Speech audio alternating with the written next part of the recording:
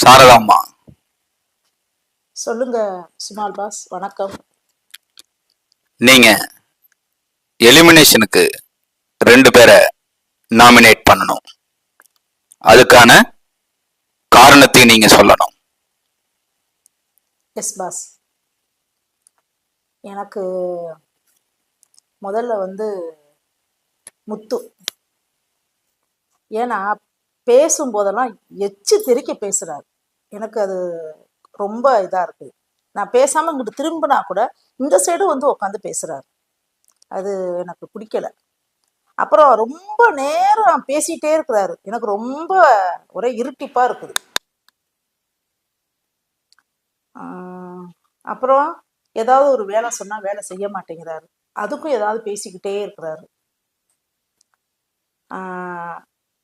வேற என்னை அப்படியே என்னமோ ஏதோ நம்ம ஒரு இதை பார்த்தது மாதிரி என்னை அப்படியே சும்மா அப்படியே ஒரு மாதிரி பார்த்துட்டே இருக்கிறாரு. எனக்கு அதெல்லாம் எனக்கு கொஞ்சம் கூட பிடிக்கல சுமால் பாஸ். அப்புறம் 2வது கோபால். அவனை பார்த்தாலே தூக்கம் வர்றது மாதிரியே இருக்குது சுமால் பாஸ்.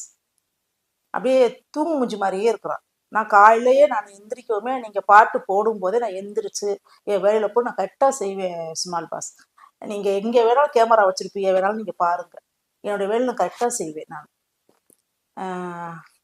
அவனும் அதே மாதிரி தான் அப்படியே உட்காந்து அப்படியே உருவி பார்க்குறான் சுமால் பாஸ். எனக்கு அது ஒரு மாதிரியாவே இருக்குது.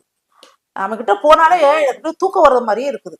அது எனக்கு மெயின். எனக்கு ஏன்னா நான் ரவுண்ட்ஸ்ல வந்துகிட்டே இருப்பேன், சுறுசுறுப்பா இருக்கிறவன் நான். அதனால எனக்கு இவர் மேலேயும் எனக்கு கொஞ்சம் இதா இருக்குது.